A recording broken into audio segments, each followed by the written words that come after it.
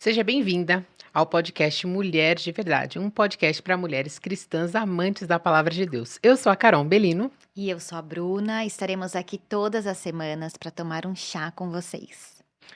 Então, para tudo que você está fazendo aí, coloca a água para ferver, para você fazer o seu chá, seu café, porque nós queremos que todas as semanas você sente conosco à mesa, para nós compartilharmos histórias, testemunhos, para nós aprendermos mais da palavra de Deus juntas e que este momento possa ser um momento tanto de crescimento para nós quanto para você que está assistindo a gente aí. Isso mesmo, e a gente também tem um perfil do Design Divino lá no Instagram, pega o seu celular e segue lá, Design Divino IPP, tudo junto. Estamos esperando você seguir. Brincadeira. Mas segue a gente lá que vocês vão ter mais informações sobre o podcast, sobre os trabalhos que a gente tem feito aqui, né, do discipulado, né, Bru? Isso mesmo, e hoje nós estamos aqui, diante de uma mesa posta intencionalmente, com o nosso primeiro convidado homem, aqui nesse projeto, com muita alegria que nós iniciamos então esse projeto aqui na IPPTV, que é o podcast Mulher de Verdade. E ele é casado com a Daniela há quase 17 anos. Eles moram atualmente nos Estados Unidos e ele cursa um mestrado de teologia. Nós estamos aqui então com o pastor Léo Campanha. Seja bem-vindo, pastor.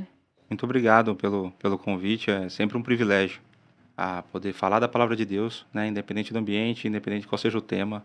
Se a gente está abordando a palavra de Deus, é algo que eu tenho um prazer muito grande de fazer. Muito obrigado pelo convite. Nós estamos muito agradecidas, né? Visitas internacionais. Deus tem trazido gente aqui para falar com a gente, ó, que é muito bênção. E aqui a gente tem uma tradição, pastor. Quando a gente começa o podcast, a gente faz uma pergunta para todos os nossos convidados e com você não seria diferente. A gente gostaria que você dissesse para nós, quem é Jesus para você?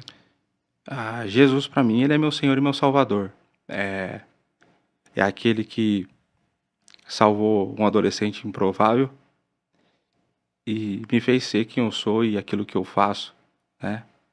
Então, no fim das contas, como diria o cântico, ele é tudo para mim, né? Muitas vezes eu posso me esquecer, eu falho ao longo do caminho, mas é a razão do meu viver, né? E aí, antes da gente começar, né, muito boa a resposta dele. A gente estava conversando, porque quando a gente pensou em chamar você, pastor, a gente comentou com algumas mulheres, mas vocês vão trazer um homem num podcast de De mulher. mulheres? Não faz sentido. E eu achei muito legal que antes de começar a gente estava falando sobre isso, e você estava comentando um pouquinho dessa questão do lugar de fala. Então eu queria que você contasse para as mulheres o que você contou para a gente sobre essa questão do lugar de fala.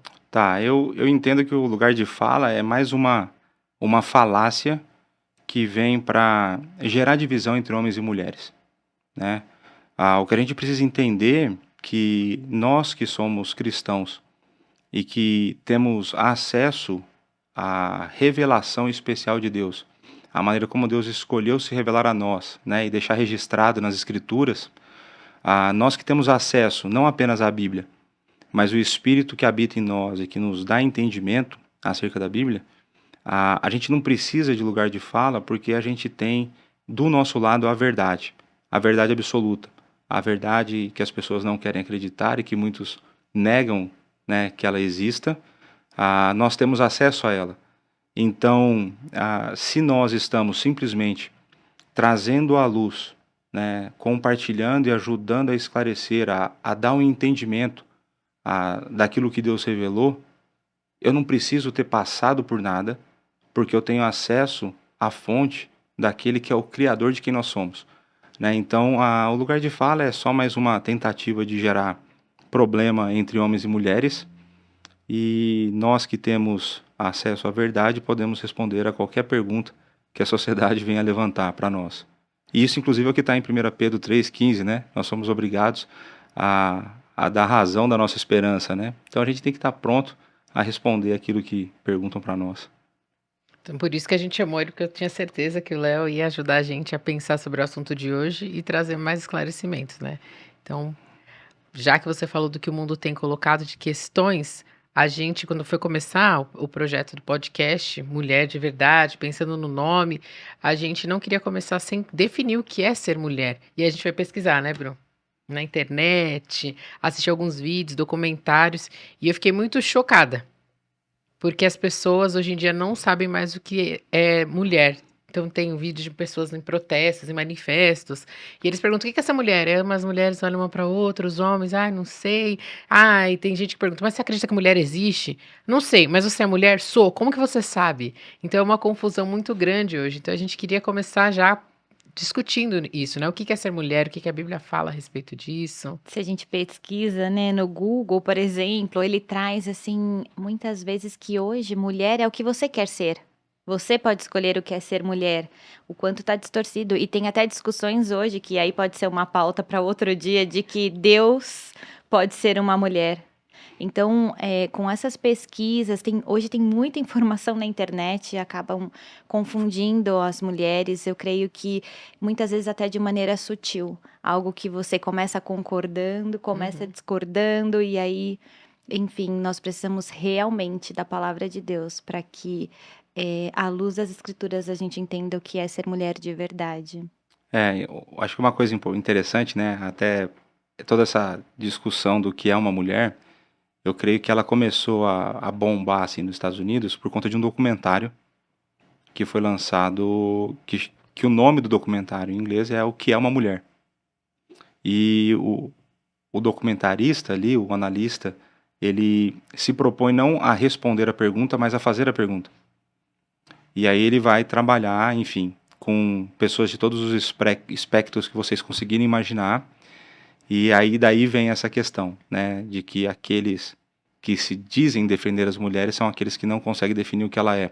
Se eu não consigo definir o que é uma, eu não sei como que eles conseguem defender. Mas aí é um outro problema Uhum. para uma outra hora, né? Ah, eu creio que para primeiro responder o que é uma mulher, eu quero fazer aqui alguns pontos aqui de pressupostos, né? Que é o seguinte: existem fatos, existe a verdade absoluta, e por conta da verdade absoluta, que é Deus, existem fatos que são verdadeiros e incontestáveis. E por que eu quero falar isso? Porque quando nós temos um fato, pouco importa o que eu acredito, aquele fato continua existindo, né? Eu falei aqui antes brincando, quando eu subo na balança, aparece meu peso lá que está horrível. Não adianta eu falar que eu não peso aquilo, porque eu peso aquilo. É uma realidade matemática, Uhum. né? Uma realidade ali da gravidade e tudo mais. Não adianta eu falar que eu não acredito na lei da gravidade e falar assim: então eu vou pular do prédio porque eu não acredito nela, e não vai funcionar. Vai, você vai cair, provavelmente vai morrer. Então, estabelecendo esse fato de que existem verdades que pouco importa se você crê ou não crê, né? A questão é que elas existem. E uma das coisas que eu quero trazer com isso existe um Deus que é um Deus triuno, existe um Deus que é um Deus triuno, e ele é o Deus criador de todas as coisas. E ele não apenas criou todas as coisas, mas ele criou e ele sustenta todas as coisas. Ele é um Deus que criou, sustenta todas as coisas, ele já escreveu a história, ele está conduzindo a história, e ele está levando essa história para o ápice da segunda vinda de Cristo, e então a entrada daqueles que creem para a eternidade. Mas porque existe esse Deus que criou, é Ele quem sabe, porque foi Ele quem definiu como as coisas têm que funcionar. E então, ainda se as pessoas creem ou não creem no Deus verdadeiro, as regras que Ele estabeleceu continuam valendo.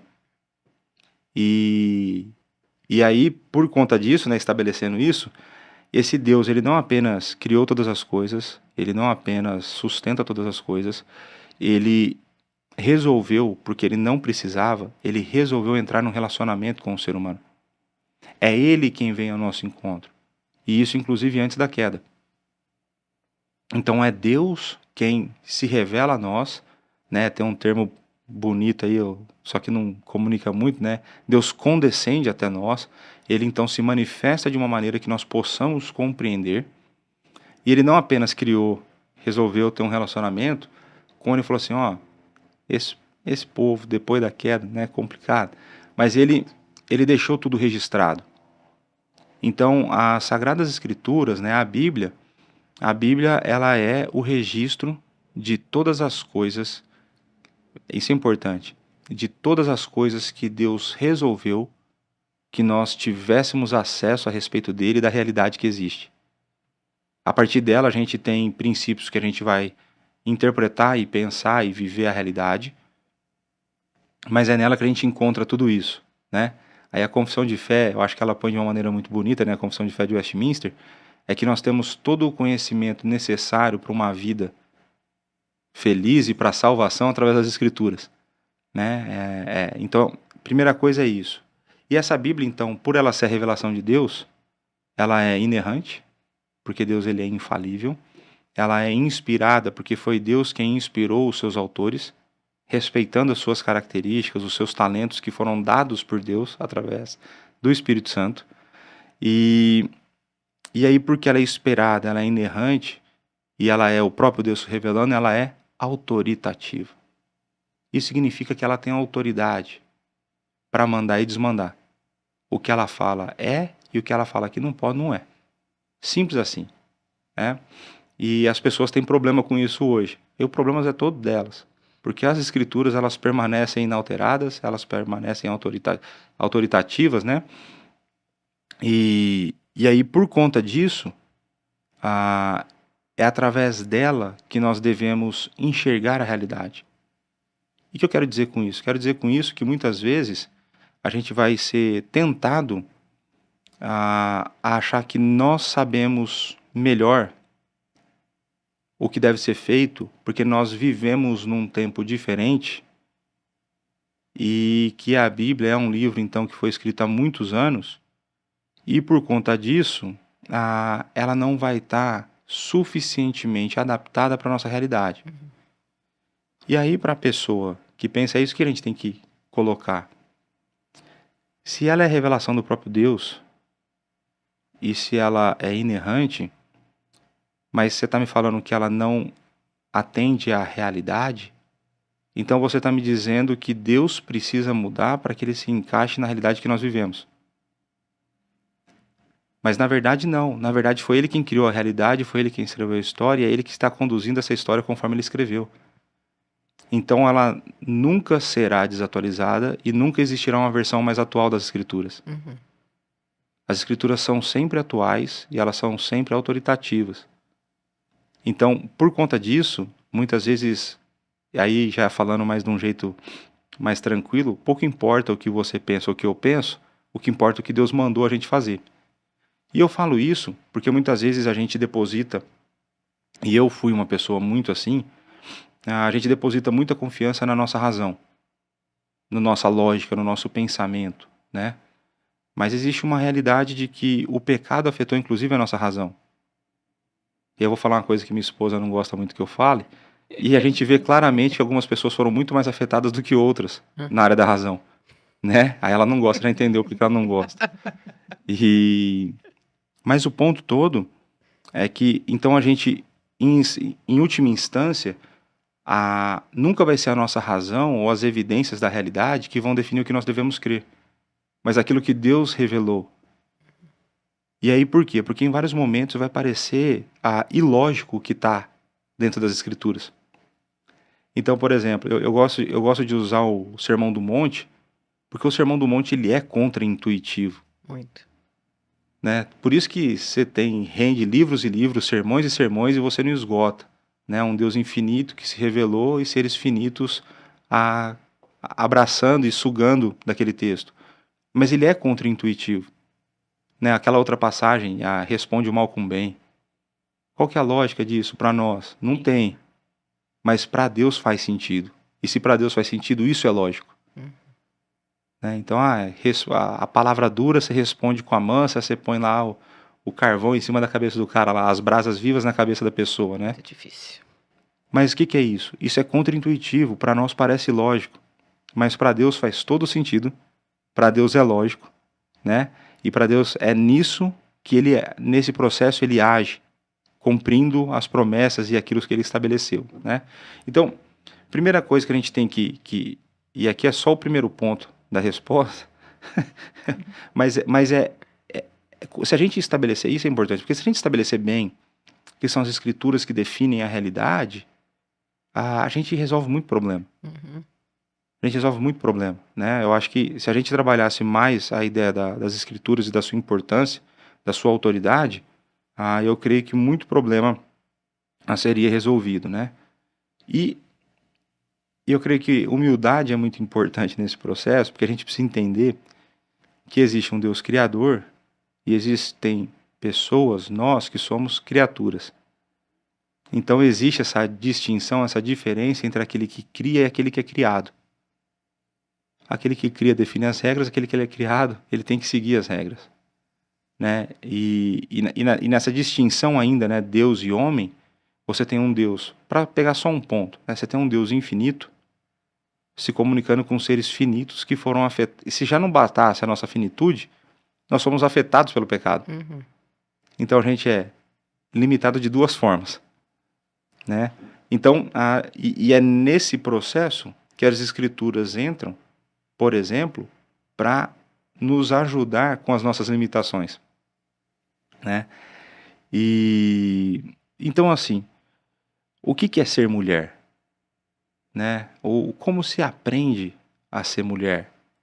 Eu acho que são perguntas que talvez há 20, 30 anos Ninguém fazia. não seria um problema. Uhum. Por isso que as pessoas não faziam uma pergunta, né? Você perguntar para sua mãe, para sua avó, se você tiver bisavó, isso não é um problema real, né? Por quê? Porque é óbvio, né? Mas a gente vive o tempo que o Chesterton previu, né? Que a gente está precisando explicar que a grama é verde, né?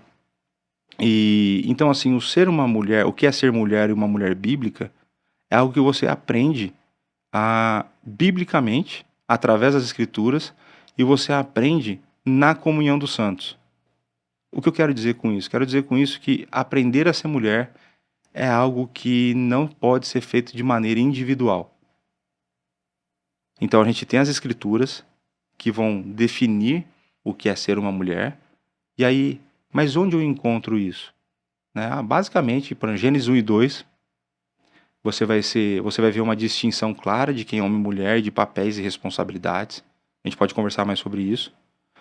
Você vai ter, por exemplo, primeira carta de Pedro, a maneira como a mulher deve se portar, a maneira como ela deve se vestir, onde está a verdadeira beleza da mulher. E você vai aprender na comunhão dos santos, e aqui eu quero ler esse texto, porque eu entendo que é algo que a igreja perdeu ao longo do tempo, que é essa interação entre as gerações, né? Então, Paulo, escrevendo a Tito, fala no capítulo 2, né, eu vou ler aqui os versos de 3 a 5, da seguinte maneira: quanto às mulheres idosas, semelhantemente, que sejam sérias em seu proceder, não caluniadoras, não escravizadas a muito vinho, sejam mestras do bem, a fim de instruírem, a fim de, aí, né, análise gramatical, aquele negócio, né, aqui é a razão, né, qual que é a finalidade, a fim de instruírem as jovens recém-casadas a amarem ao marido e aos seus filhos, a serem sensatas, honestas, boas donas de casa, bondosas, sujeitas ao marido, para que a palavra de Deus não seja difamada. Então, você tem esse aspecto da comunhão dos santos, da comunidade, da igreja como uma comunidade viva, orgânica, né, que se relaciona daquelas que são mais experientes ensinarem as que são menos experientes. E, gente, é normal, né? Tem um casal que faz uns vídeos engraçados na internet lá, ele fala assim, é normal? É normal. Isso é normal. Né? Por quê? Porque ninguém nasce sabendo tudo. E nesse processo, não ache que vai ser unidirecional. Sim. As mais velhas também, de alguma forma, serão abençoadas e aprenderão. Por quê? Porque é assim que a graça de Deus se manifesta no corpo. Sempre uma via de duas mãos. Nunca é unidirecional. Né? Isso é uma das belezas da multiforme graça de Deus. Então, eu creio que as mulheres precisam, então, aprender a partir das Escrituras, que ele é a fonte de conhecimento, a fonte da verdade absoluta. E elas precisam aprender com umas com as outras. E o que eu acho legal aqui, pensando nisso agora, né? Paulo fala assim, não caluniadoras. Então, o que é a conexão que eu fiz agora? Muitas vezes é tentador quando você se reúne para conversar com uma outra pessoa do mesmo sexo. Homem não faz muito isso, mas tudo bem, porque o homem não conversa de maneira geral coisas profundas nas suas relações, de maneira geral. Uhum. Mas é comum nas mulheres, quando elas vão falar do casamento, elas começarem a fazer o quê? A falar bem do marido? Difícil, hein? Dificilmente. E aí, assim, pode ter motivos N razões para fazer isso. Mas o ponto é, a ideia dessa relação não é caluniar. É como a gente pode tentar andar no trilho. Né? Porque casamento ele é difícil.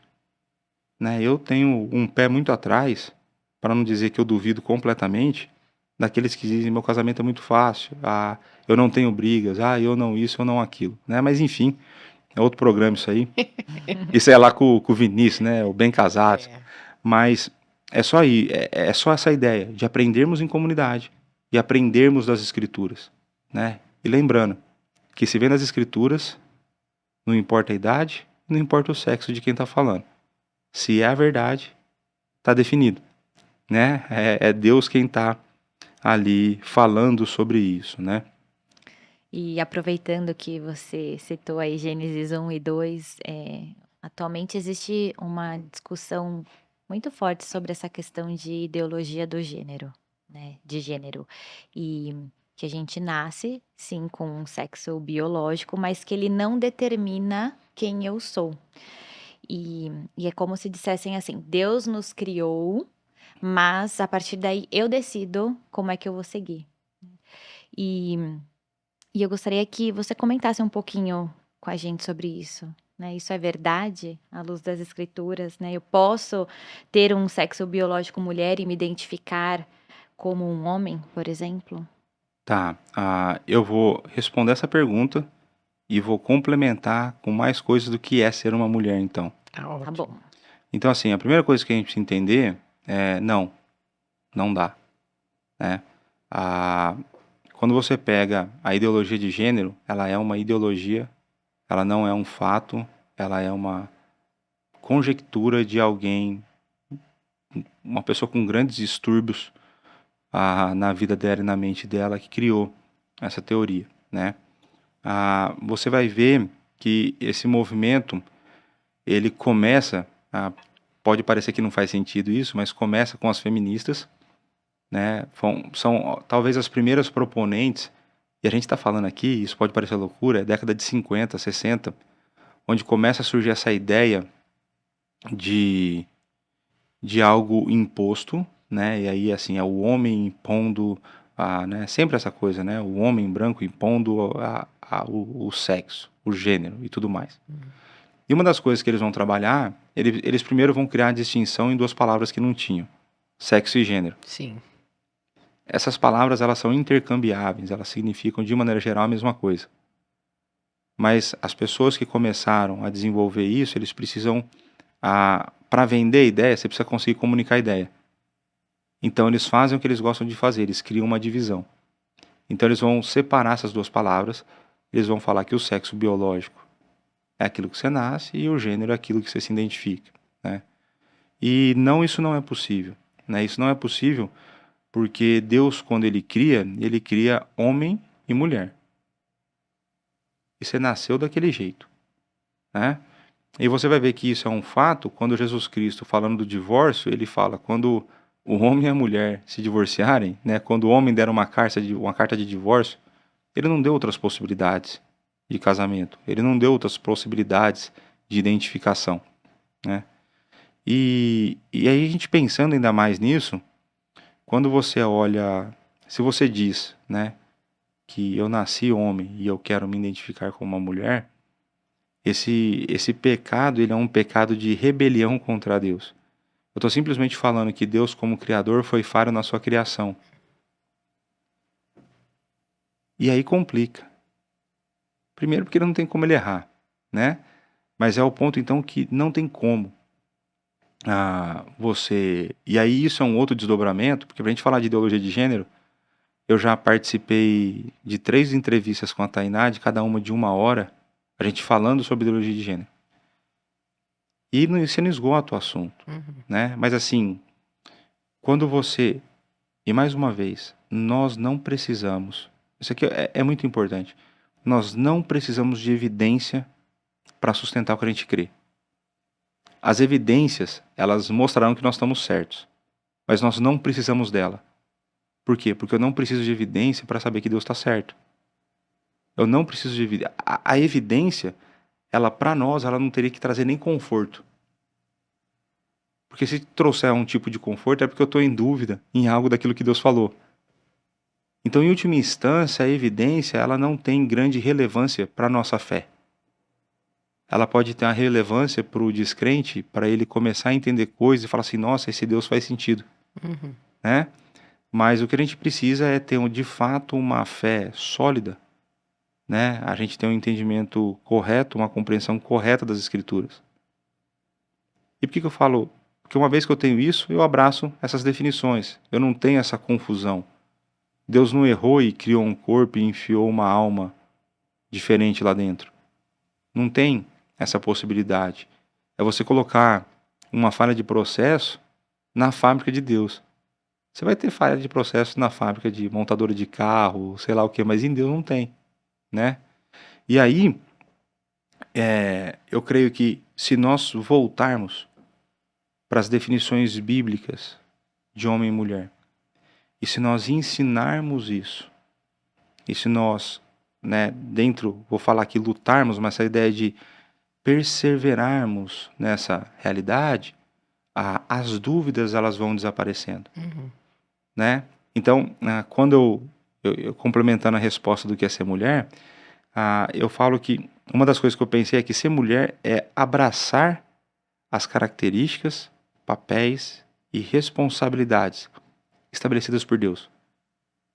Não foi um homem opressor que estabeleceu isso. Foi um Deus amoroso.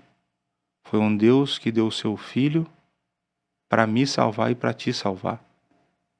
Foi um Deus que sacrificou o próprio filho e nos mandou o ajudador, o auxiliador, o Espírito Santo para nos sustentar nessa caminhada. É esse Deus amoroso que estabeleceu essas regras. E Deus, ele é completamente amoroso. Eu não posso esperar algo ruim dele. Porque inclusive a disciplina de Deus é boa, ainda que doa. Então assim, quando a gente pensa nisso, a gente tem que pensar que é um Deus que criou os diferentes para na diferença, através da união, eles resplandeçam a glória do Deus triuno na terra. Quero dizer com isso que Deus criou homem e mulher, ambos à sua imagem, mas ao mesmo tempo ambos diferentes. Eles são iguais diante de Deus, mas eles são diferentes em termos de papéis e responsabilidades. E nessa diversidade, onde existe a união, é a manifestação, é aquilo que o mundo pode perceber de um Deus triuno que possui uma comunhão perfeita e que se revela à humanidade. Então, é nas diferenças entre homem e mulher que parte da beleza de... o termo parte não é bom, mas a beleza de Deus é mostrada, ela brilha. A glória de Deus é manifesta através da diferença. Então é um erro você querer ser igual. É um erro você querer a mesma responsabilidade e o mesmo papel. Porque Deus, ele resolveu fazer dessa forma, né? Então, e se a gente for parar para pensar, eu achei muito legal a primeira vez que eu ouvi isso, mas Deus, ele se apresenta como um Deus, não uma deusa, um Deus que na sua manifestação, nessa ideia de criar a imagem e semelhança em duas pessoas diferentes, inclusive paternidade e maternidade, elas são análogas. Então eu quero falar por análogo. A gente nunca vai imitar Deus de maneira completamente igual, né? Porque nós somos, por exemplo, finitos, Uhum. né? E nesse processo, Deus atribuiu à mulher algumas características que ele atribui à sua paternidade. Então, coisas que são esperadas, por exemplo, de uma mãe, né? Aquela passagem do assim como a galinha junta os pintinhos debaixo das suas asas, eu queria ser assim com vocês.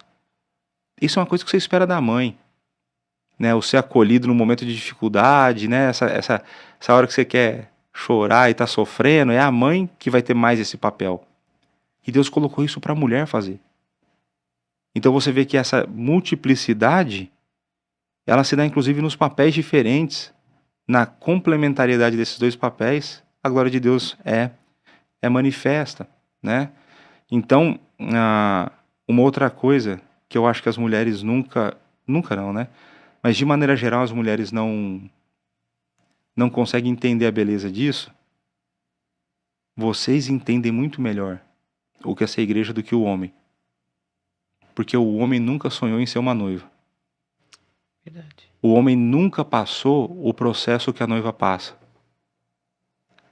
O anseio pelo dia. Então, veja como a mulher também é beneficiada com imagens que os homens não conseguem agarrar, não conseguem entender de maneira plena. Então, você tem a figura da igreja como uma noiva. Se a gente fosse falar, é privilegiando um e outro, né? Não é isso. Mas a mulher entende melhor essa imagem. E é sempre assim, a mulher é a noiva. A igreja é sempre mostrada como a mulher. E aí a mulher consegue entender melhor.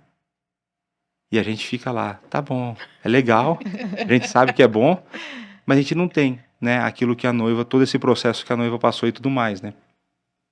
E aí você foi falando, eu fiquei pensando.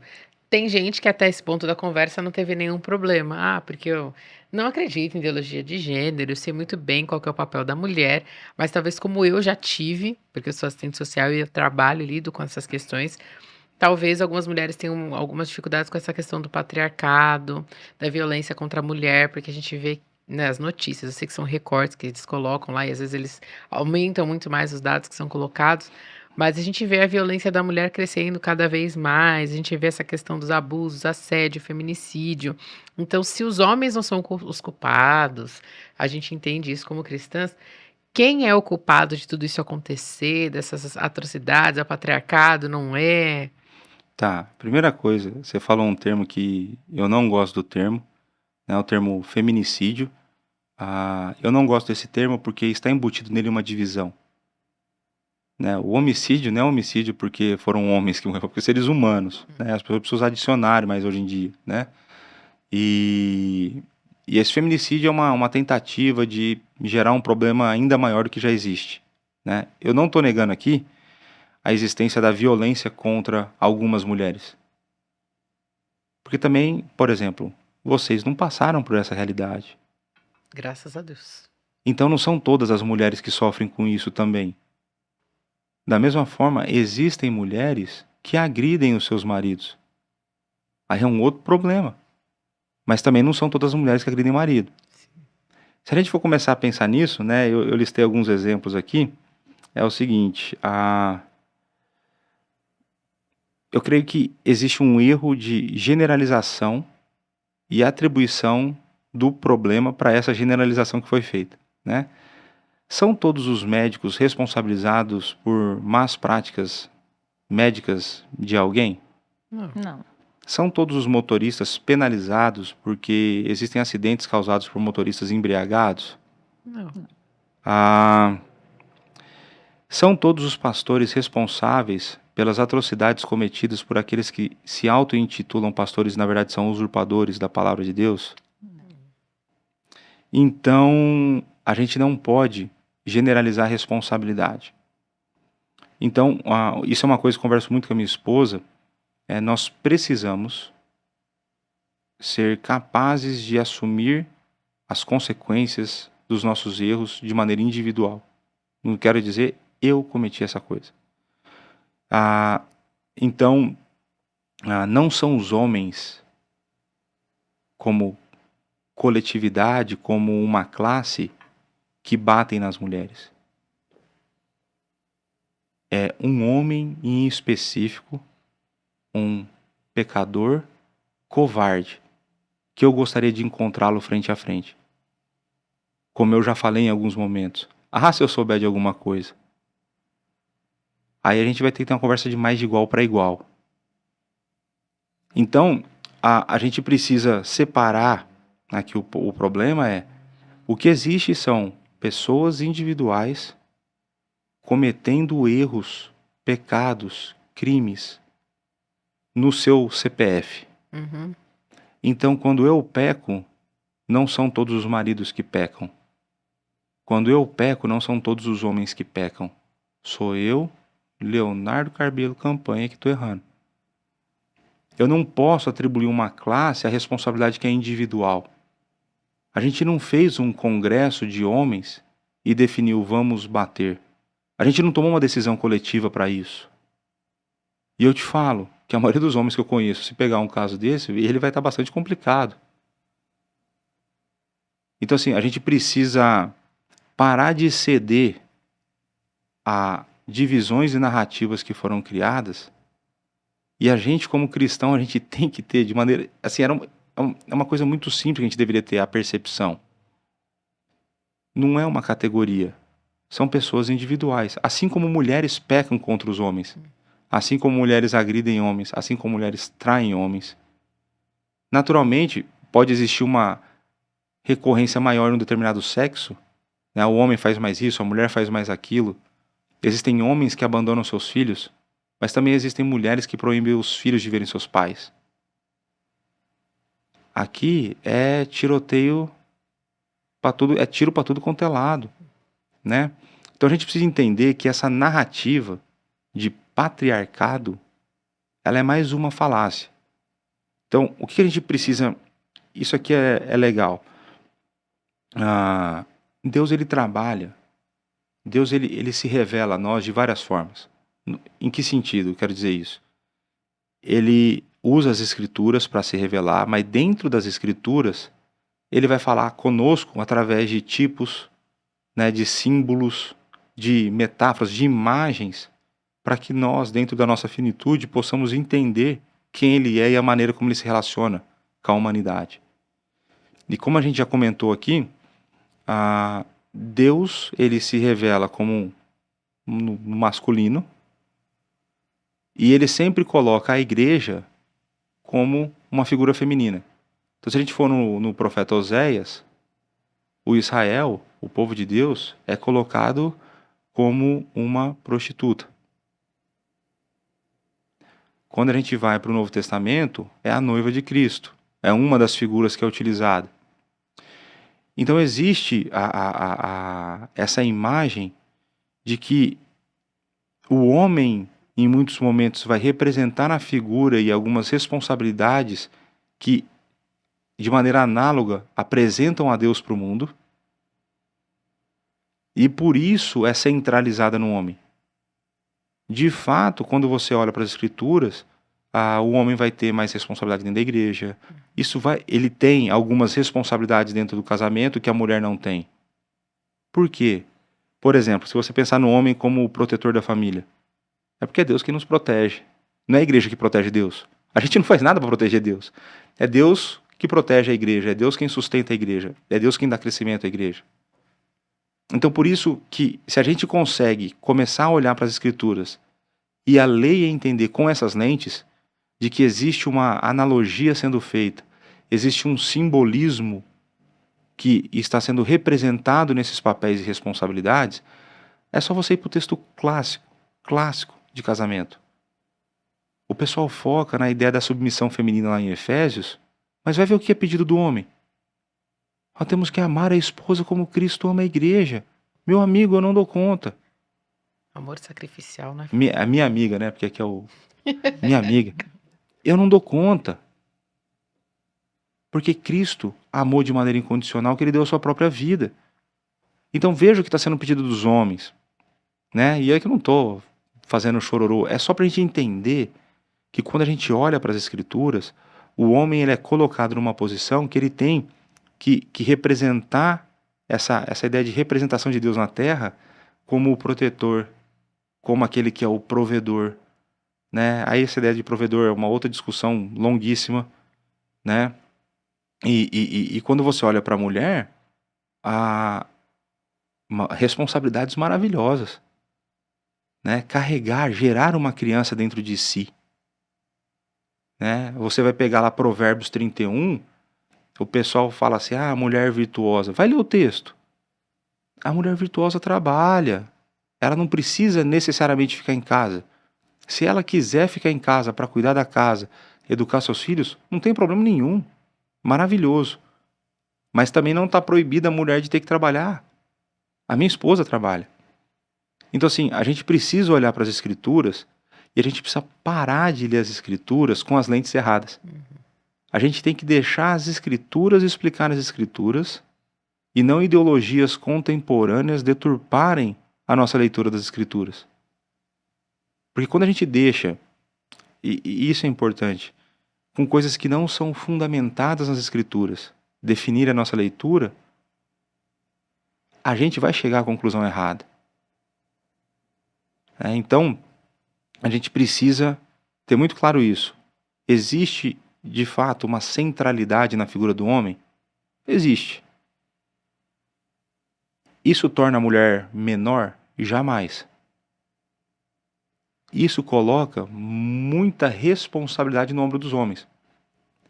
E de maneira geral, a gente pode, acho que isso é tranquilo, de maneira geral a gente consegue ver que existem características que são mais masculinas e características que são mais femininas. Existem exceções? Existem. Por exemplo, minha esposa é engenheira, né? Ela é uma exceção, né? Uma excelente engenheira, diga-se de passagem, né? Mas o que a gente precisa entender é que existem padrões. Então, homens, por exemplo, eles são mais... Eu creio que eles são mais inclinados a tomarem decisões difíceis e a lidarem com as consequências de algumas decisões difíceis do que as mulheres. Porque os homens tendem a ser menos emotivos. Não é que eles não tenham emoções. Alguns têm emoções até demais. Mas eles tendem a ser menos emotivos. Em alguns momentos, é importante que a emoção não tenha tanta influência em alguma decisão. É por isso que quando você vai pensar num conselho da igreja, presbíteros e pastores, não é fácil. Decisões que impactam a condução da igreja, a vida de pessoas, né? Então, assim, de fato é centrada no homem, mas cada um com seu papel e responsabilidade. E tudo isso, mais uma vez, expressando a glória de Deus para o mundo e ambos portando a imagem de Deus nas suas diferenças. E falando sobre papéis e responsabilidades, eu creio que hoje é uma grande questão que a mulher ela acaba assumindo responsabilidade que não é dela.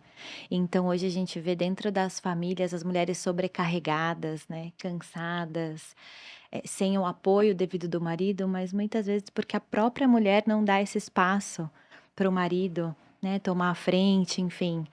E e aí, tem se falado muito também sobre levantar a bandeira, né, será que a mulher, ela realmente precisa conquistar esse espaço aqui?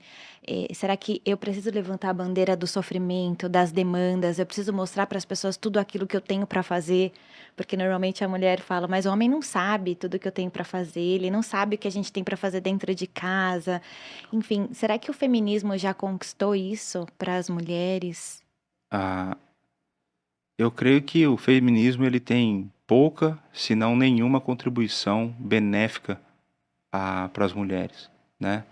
E eu estava tentando pensar uma analogia, uma figura que exemplificasse isso, né? É como se o feminismo tivesse salvado uma unha encravada, mas você teve a perna amputada. Não adiantou de nada, né? Poderia pegar outros exemplos piores, mas a ideia é mais ou menos essa, né? Eu creio que a gente precisa responder essa pergunta com outras perguntas. Que espaço precisa ser conquistado se Deus já definiu e Cristo já conquistou? Que espaço é esse que as mulheres dizem que elas não têm? Quem está definindo? Quem está estabelecendo?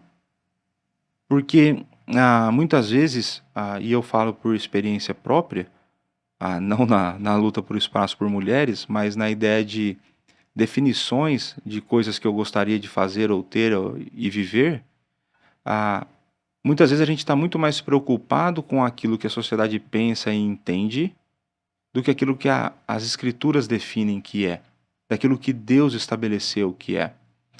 E aí o problema vira que nós estamos muito mais preocupados em parecermos legais e sermos aceitos pela sociedade do que nós estamos preocupados em agradar a Deus e viver uma vida de plenitude e abundância de acordo com como Ele estabeleceu. Então, tem uma passagem, eu não vou ler a passagem, mas é 1 Coríntios capítulo 4, onde Paulo está tendo ali a sua autoridade contestada, né, como apóstolo, e Paulo dá uma resposta bastante interessante, né, e eu vou dar uma parafraseada aqui do meu jeito, porque a gente não está tendo autoridade apostólica aqui contestada, porque não tem mais apóstolo, né, apóstolo bom, apóstolo morto, mas a gente consegue extrair disso uma aplicação. Então Paulo vai falar assim, olha, gente, entenda, depois vai ler lá 1 Coríntios 4, tá? Só estou parafraseando bem parafraseado. Eu pouco me importo com aquilo que vocês pensam a respeito da minha autoridade. Eu pouco me importo com aquilo que eu penso. O que me importa, no final das contas, é o que Deus pensa. E aí é uma frase que muitas pessoas usam hoje sem perceber a consequência disso, porque quem me julga é Deus. Esse é um negócio que deveria dar medo, o pessoal acha que é desculpa. Mas o ponto que Paulo está trazendo, que a aplicação que a gente pode extrair disso se a nossa autoridade apostólica, que a gente não tem, não está sendo contestada. O ponto todo que Paulo está trazendo nós precisamos estar preocupados em agradar a Deus. E aqui não agradar a Deus como uma moeda de troca. Eu não estou fazendo um toma lá da cá com Deus. Eu estou fazendo porque Ele fez por mim o que eu não podia fazer, Ele me salvou. Ele me salvou dos meus pecados, Ele me salvou da escravidão do pecado, Ele me salvou de mim mesmo. Então, por conta disso, e aí se eu for um pouquinho mais inteligente, eu vou entender que se Deus é o Criador, e se Ele estabeleceu, se eu seguir os passos, é a melhor coisa que eu posso fazer. Então, eu não creio, na maneira como as pessoas usam a expressão hoje, conquistar o nosso espaço, eu não creio que é necessário. Porque Deus nunca perdeu o espaço que Ele criou para a mulher. O que aconteceu hoje na nossa sociedade, e não só aqui, mas em outros lugares também, é que e aí a gente pode discutir qual é a origem e qual não é, mas os homens se enfraqueceram e as mulheres se masculinizaram. E isso não é bonito. Não é a beleza que Deus criou. E porque quando você faz uma coisa que você não foi desenhado para fazer, vai dar problema. Você vai ter desperdício de energia, Você vai ter um cansaço sobrenatural que não vai te recompensar. Porque quando você faz o que você gosta, o cansaço é recompensador. Você fala assim, Muito. Que maravilha, me desgastei preparando uma pregação, coisa maravilhosa e tudo mais. Mas quando você faz aquilo que você não foi desenhado para fazer, isso vai te machucar, isso vai te doer.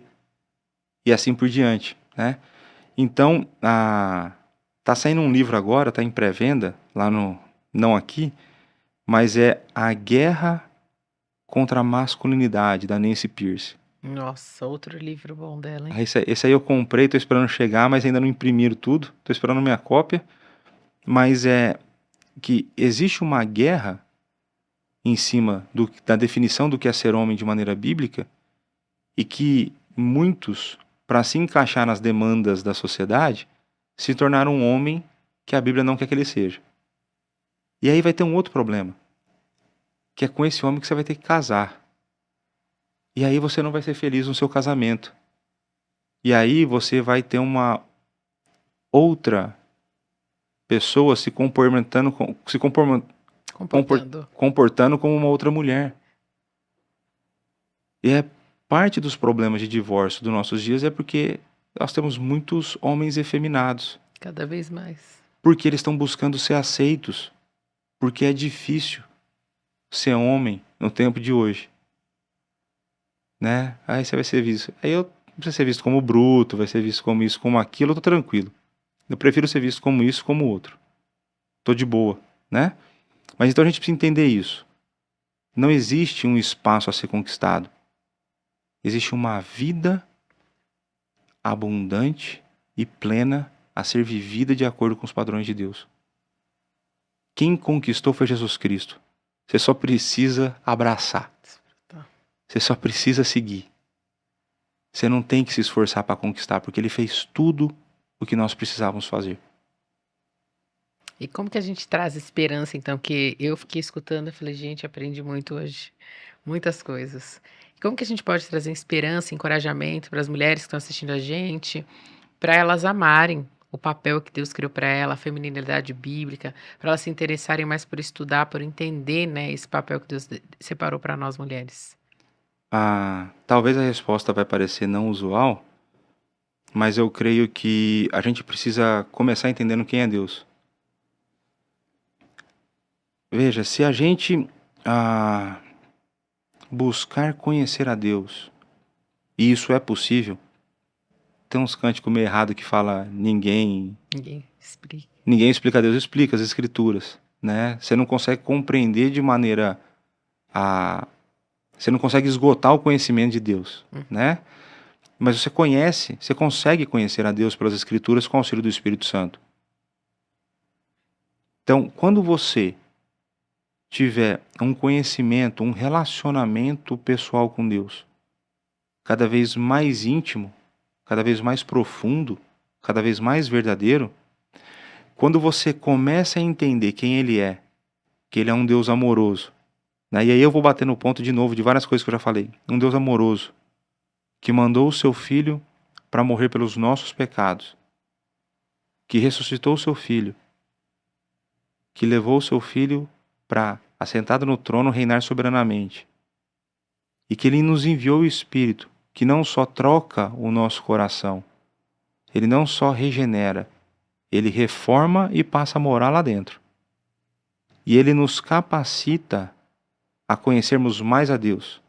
Quando a gente começa nesse ciclo virtuoso de conhecimento de Deus, de quem Ele é, de que Ele é um Deus amoroso, bondoso, justo, quando a gente começa a entender isso, como que eu posso esperar algo ruim de um Deus que se revelou dessa forma? Se não tem como eu esperar algo ruim, não é melhor eu abraçar isso que Ele falou para eu fazer, ao invés de achar que é uma coisa do patriarcado? Será que não é melhor eu abraçar aquilo que Deus revelou e simplesmente viver uma vida como Cristo falou, uma vida plena e abundante?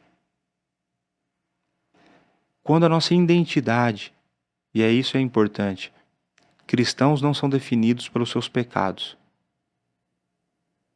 Cristãos são definidos pelo seu Senhor e Salvador. Amém. Então não existe sou um cristão homossexual, sou um cristão feminista, sou um cristão isso. Não, esses são pecados. Nós somos cristãos. A nossa identidade está naquele que é perfeito. Naquele que Hebreus vai falar que pode se compadecer das nossas fraquezas. Daquele que não só pode se compadecer, mas é daquele que intercede à destra de Deus por nós. Então, quando eu começo a conhecer esse Deus, o único Deus vivo e verdadeiro, eu vou falar assim, não, é melhor eu abraçar essas coisas. Não é loucura dos homens, não é criação dos homens, não é algo ultrapassado. É algo atemporal, porque é a expressão do caráter de Deus. É a expressão de quem Ele é, e Ele é imutável. Então, se agradava a Ele num tempo, vai agradar a Ele em outro. Então, a nossa esperança está no nosso Senhor e Salvador, que conquistou tudo o que precisava ser conquistado, para que a gente vivesse nele e na sua palavra uma vida de abundância. Eu espero que vocês tenham sido edificados como nós somos, né? Porque, olha, é muita esperança poder ouvir essas palavras contra tudo aquilo que a gente escuta hoje nos nossos dias, né? Palavras de afronta, de repente a gente duvidar de quem Deus é, do quanto Ele nos ama. Então é muito obrigada, pastor, porque você aceitou estar aqui com a gente. Estamos caminhando então para o final. E agora a gente vai fazer uma troca aqui, uma brincadeira. Que eu vou fazer uma pergunta para você Tá. e você me responde com uma palavra, pode ser? Surpresa. Tá bom, vocês viram que eu gosto de usar muitas palavras, vou tentar com uma. Então vamos lá. Qual é o seu livro preferido da Bíblia? Nossa, o preferido? Posso falar um preferido por cada tipo literário? 3 horas depois. Não, eu gosto, por exemplo, vamos pegar assim de primeira carta de Pedro, é muito prática. É assim, o cristianismo na vida real, né? Ah, vou ficar com 1 Pedro, Bom. senão eu vou delongar demais a resposta. E qual é o seu autor preferido? Meu autor favorito? Eu vou falar um dos livros que mais me impactou. Eu não li tantas coisas desse autor, mas foi um dos livros que mais me impactou. Eu acho que é O Conhecimento de Deus, do J.I. Packer. J.I. Packer. Eu tenho muitos autores que eu gosto, mas esse livro ele teve uma função especial na minha vida, assim. Muito bom. E uma banda ou música favorita? Aí complicou. Complicou porque eu não sou um cara dado muito à música. Assim, na verdade eu sou, é que eu não posso ficar ouvindo porque a música não sai da cabeça. Aí eu preciso estudar e eu fico lembrando da música, né? Mas eu vou falar aqui quem eu vi muito no meu período lá nos Estados Unidos, em algumas viagens que nós fizemos, que a minha esposa, eu ouvi tanto que ela falou assim, eu não quero mais CD. Que é o Vitor Quevedo. Ele me deu um CD, eu pus lá no carro, aí eu fui ver a nostalgia, né? Ouvir uma música da roça lá nos Estados Unidos foi bom. Pastor, e a sua comida preferida? Essa é fácil, churrasco. Ó, você viu que não teve dúvida, né? Não, essa é imbatível. Gosto mais de comer, mas churrasco é... Tá sofrendo, então, E lá nos como no Estados Unidos. Brasil, nada igual, isso que eu ia Uhum. falar. Agora achei um lugar lá que vende picanha. Tá Ó, brasileirado? E vende mais barato, e é mais barato que as outras carnes. Então, consegui fazer um churrasquinho lá. tá passando bem. Que bom. Seu lugar preferido? Mas lugar é cidade? Pode ser qualquer espaço. Não vou dar aquela resposta bem no centro da vontade de Deus, né? Mas bom, não sei se eu tenho um lugar favorito, assim. Eu sinto muita falta do Brasil. Sinto muita falta do Brasil, mas eu nunca penso assim. Eu não costumo pensar muito nesses termos, porque eu comecei a desapegar de algumas preferências para conforme Deus for direcionando, né? Mas eu amo o Brasil. Você viu que lindo, né? Amo o Brasil. E para finalizar aqui, qual a sua estação do ano preferida? Aí é verão, é calor, né? Eu gosto de. Eu sou mais branco que dá pra ver até minha veia, mas eu amo calor.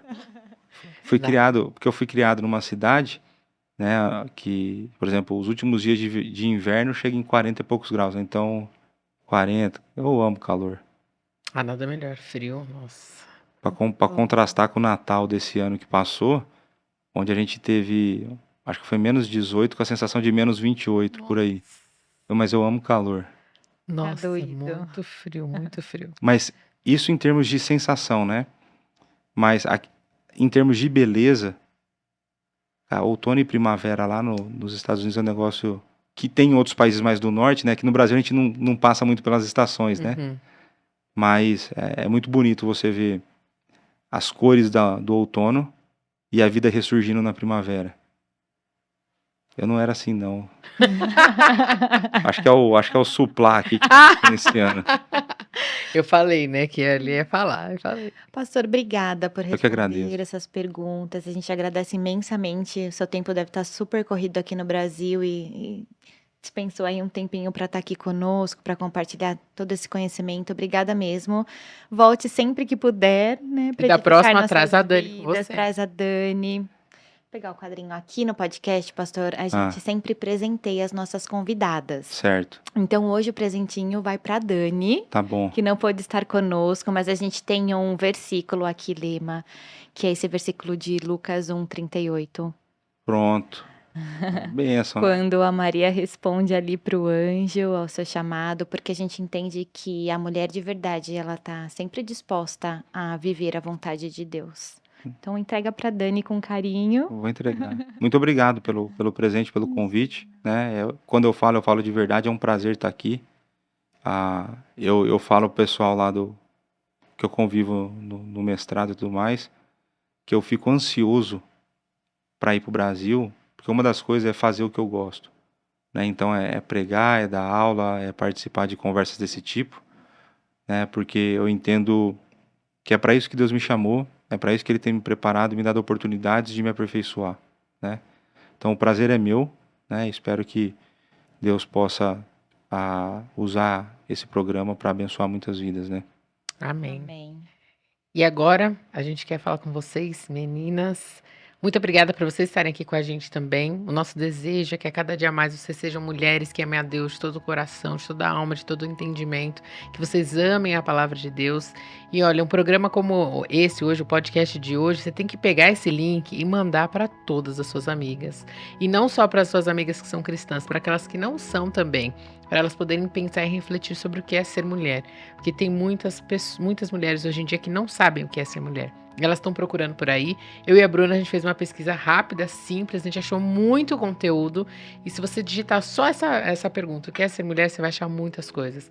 Então a gente não pode deixar de compartilhar essa verdade maravilhosa e transformadora das nossas vidas. Então, muito obrigada por hoje e até a próxima semana. Todas as segundas, às 19 horas, estaremos aqui. A gente tá te esperando, hein? Obrigada. Tchau, tchau.